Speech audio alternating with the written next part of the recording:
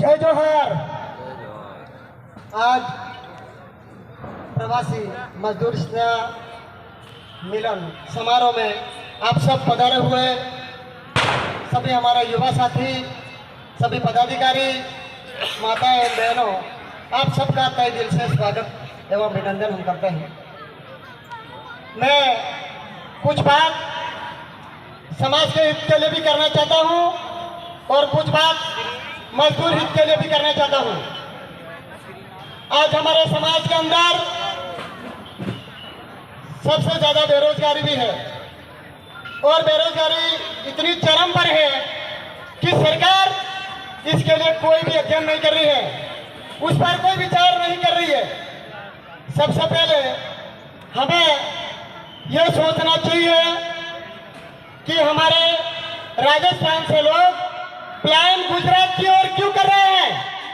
सबसे पहले हमको पहला प्रश्न अपने आप में ये करना है, क्या कारण है कि हमको राजस्थान से गुजरात में आना पड़ रहा है और गुजरात में आकर के और हम क्या कर रहे हैं, यहाँ पर हमारे साथ क्या हो रहा है।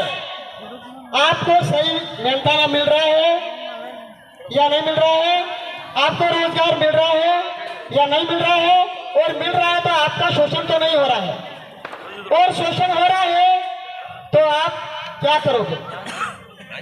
आज अभी भाई साहब ने भी बताया कि किसी को रोजगार मिलता है तो बहुत भाई तो टल्ली होकर घूमते हैं, ये भी मुझे मालूम है।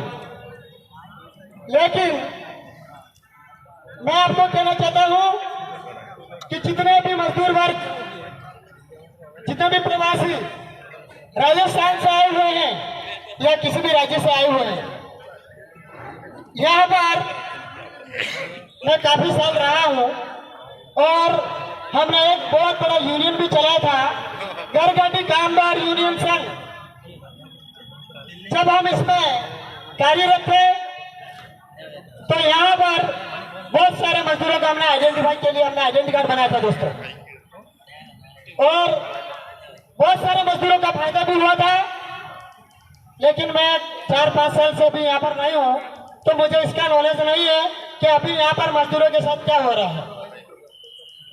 मैं इस गुजरात के अंदर काफी साल ह्यूमन रिसोर्स डिपार्टमेंट में रहा हूँ और हमारा मुख्य काम था कि हमारे ऐसे पढ़े लिखे लोग जो राजस्थान में वहाँ पढ़ रहे हैं, आईटी वगैरह करते थे, तो हम यहाँ लाके उनको बेरोजगार जो लोग थे उनको रोजगार भी हमने काफी सारे को दिया है।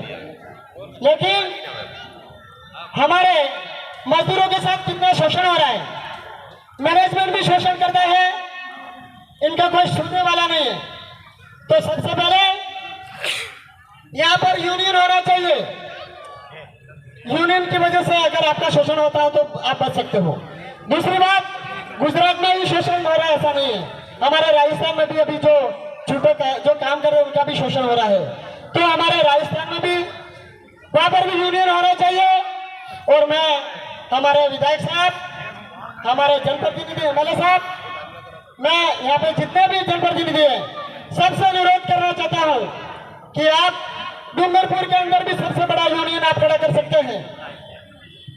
यह जवाबदारी जनप्रतिनिधियों की है, क्योंकि हमेशा मजदूर आते हैं तो मैं देखता हूँ होली दिवाली पे इन गाड़ियों बसों में आते हैं तो पत्थरों की तरफ भर भर के आते हैं, पता नहीं उनका जो भाड़ा वो भी डबल लिया जाता है।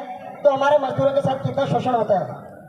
और दूसरी बात, प्रत्येक मजदूर का बीमा होना चाहिए दोस्तों, क्योंकि हम देखते हैं रोज आए दिन हमारे मजदूर कितने मारे से गिर जाते हैं, इनका कोई अता पता नहीं। हमारे मजदूरों को कोई सोचने वाला नहीं।